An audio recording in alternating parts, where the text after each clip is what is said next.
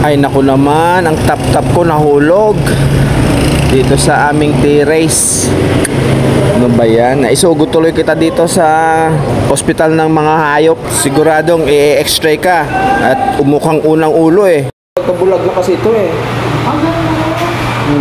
8 years old na kasi ito ang tap-tap ko eh. Tingnan? Tingin niya kay daddy kung ano yan.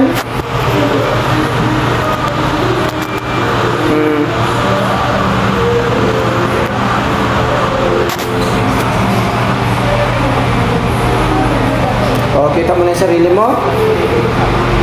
Oh, naku, natulo. Oh. Isa lang po yan? Oo. Dito kasi siya, mga kaboks, naihi, nagdudumi sa aming terrace.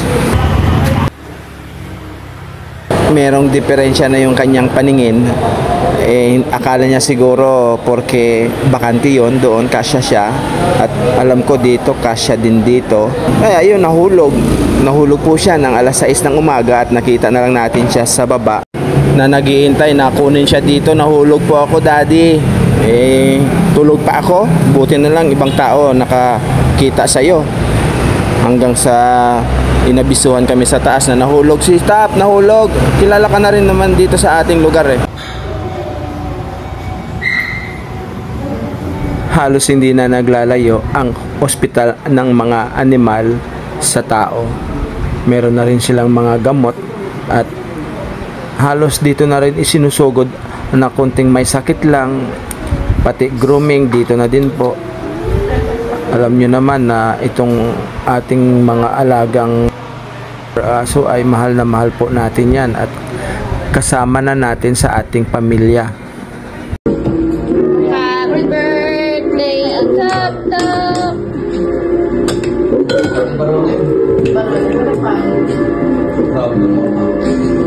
Tapo! Wow! After ito ma-confine sa clinic ng 2 days, ito na siya ngayon.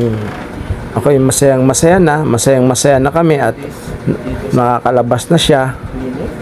Malusog na siya, hindi na nadugo ang kanyang nguso. Yun pala apektado pala yung kanyang gums at doon talaga siya tinamaan ng todo pareho sa kanyang bibig or sa gums. Halos natanggal lahat ang mga ngipin niya.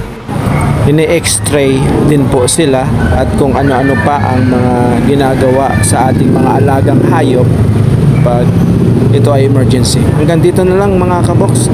Thank you for watching and God bless us all.